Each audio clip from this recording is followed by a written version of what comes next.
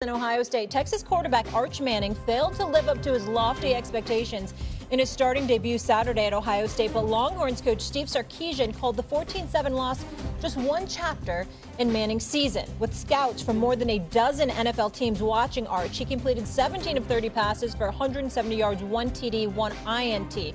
Paul, you had very high praise for Arch earlier this summer. Let's flash back. I think there's a reasonably good chance that Arch Manning will be sitting on the front row in New York at the Heisman ceremony. That's assuming that his team does what it's supposed to do and compete for not only the SEC, but for the national championship. And I really believe they will. I believe also that Arch Manning is the best college football quarterback we have seen since Tim Tebow entered the scene in 2006. Paul, I'd like you to blame production staff for that. I want to distance myself from pulling that sound for you. No, I'm just messing. Blame me. Paul, because I was going to ask for it too. Paul, tell me this. Do you feel like Arch is the biggest reason they lost?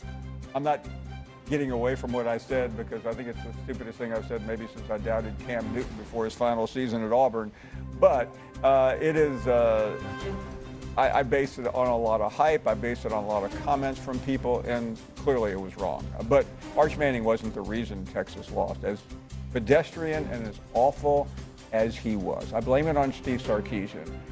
He is supposed to be one of the preeminent play callers in America, and he was not. He was completely out-schemed and outmaneuvered on the other side. And that's not a one-off. It happened against the very same team in January at the Cotton Bowl. Remember that final possession? Texas is down by 7. They're on the 3-yard line, first down, and they end up giving up a scoop and score going the other way because Sarkisian just completely came undone. So I'm worried about that part of it. Arch did not handle the moment either, Molly, and that concerns me because I thought he was going to walk out there with swagger. He was built for this moment. He was not. I think he can still be a great quarterback, but he's not one yet. Stephen A. Amen. He's not one yet. And that's really the thing that needs to be said here. I'm not stressing over one game. It's just one game. I still expect him to have an illustrious collegiate career. I still expect him to be a big-time pick in the NFL draft. I get all of that. But he did not look good Saturday afternoon. No question about that. Now, you're going up against the reigning defending and national champions in their house. So, obviously, that's tough. But Texas came into the game having won 11 straight road games. So, this should not have been, I'm not saying that they should have won or lost, but they certainly should have put forth a better offensive performance. But I'm with you, Paul. I put most of the blame on Sarkisian more so than I put it on Arch Manning. He wasn't impressive. Again, he was not impressive, and he's got to show up, and I don't want to hear another word about him as a Heisman Trophy candidate, a Heisman finalist, and all of this. Nah, I don't want to hear that now. You got to go out there and show when you're the man every single Saturday that you can step up and handle your business. That's what he has to do, and I believe he will do it. But when it comes to Sarkisian, you've been around too long. And to go out there and call such a pedestrian game, I really, really was so unimpressed with what I had big expectations for Sarkisian. What we know him to be as a coach, as an offensive play caller, as an offensive coordinator, I think he came up flagrantly short. Almost to the point where he was compromised because he was too busy in trying to protect Arch Manning as opposed to coaching him. And I think that that's the indictment to make on this particular morning. You can make a legitimate argument that Steve Sarkisian got just as caught up in all the hype and hoopla and everything surrounding Arch Manning as Arch Manning supposedly did. That's really what this looked like. He looked like a coach that was too preoccupied with protecting a quarterback instead of coaching a quarterback. And that's why I think that that played a role, obviously, in Ohio and Texas's offense looking so anemic. But we also got to give credit to Matt Patricia, the former defensive coordinator in New England, who's now at Ohio State. There's levels to this, and he showed on the collegiate level, excuse me, son, if you planning on going to this next level, let me give you some evidence of what it's going to look like for you. And Arch Manning had a difficult time in dealing with it. Let's hear from our quarterback, Cam.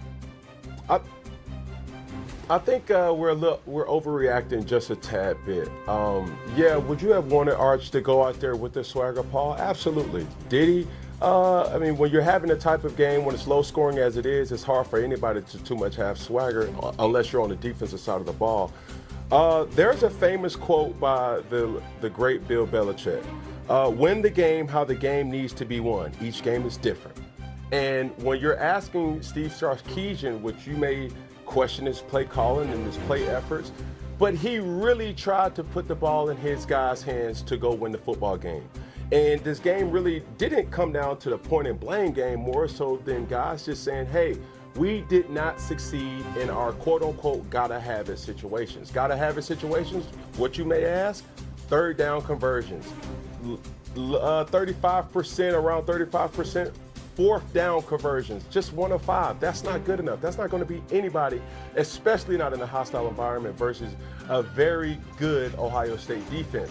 So when you're looking at this game in its totality, you have to ask yourself, who's to blame? Well, the blame goes down to the whole team of Texas, because we didn't win the gotta-have-it situations. And when the game was on the line, those opportunities cannot be missed more than they are.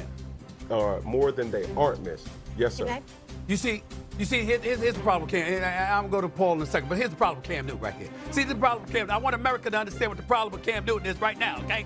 Because you see, you know, he gets a little bit, you know, he's a nice guy. See, people don't realize that. He's a nice guy, and that's what's coming across here, okay?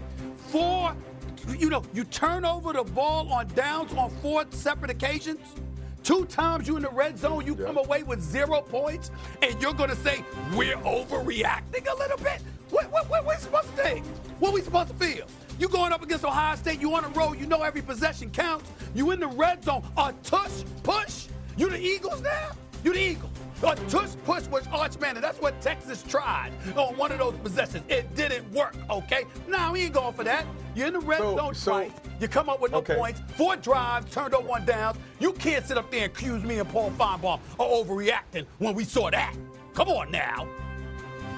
No, I'm not saying that. But when you're saying you're going to put the ball in the best guy's hands on your team, and each time it was in Arch Manning's hands.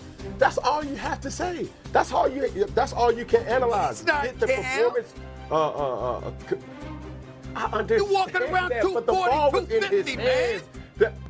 Paul, make it make sense for me. Well, listen, hey, Cam, I tried to have a little détente with you after our pass, and it's pretty brutal.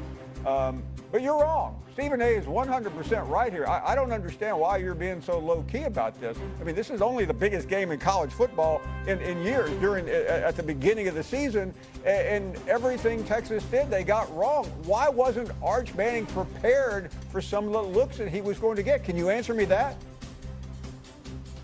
Yes, I can answer you that. It's the week 1 frustrations, right? Can they bounce back from this? Absolutely. Now, what did Arch Manning identify is this is not Louisiana Monroe, and this definitely ain't UTSA, right?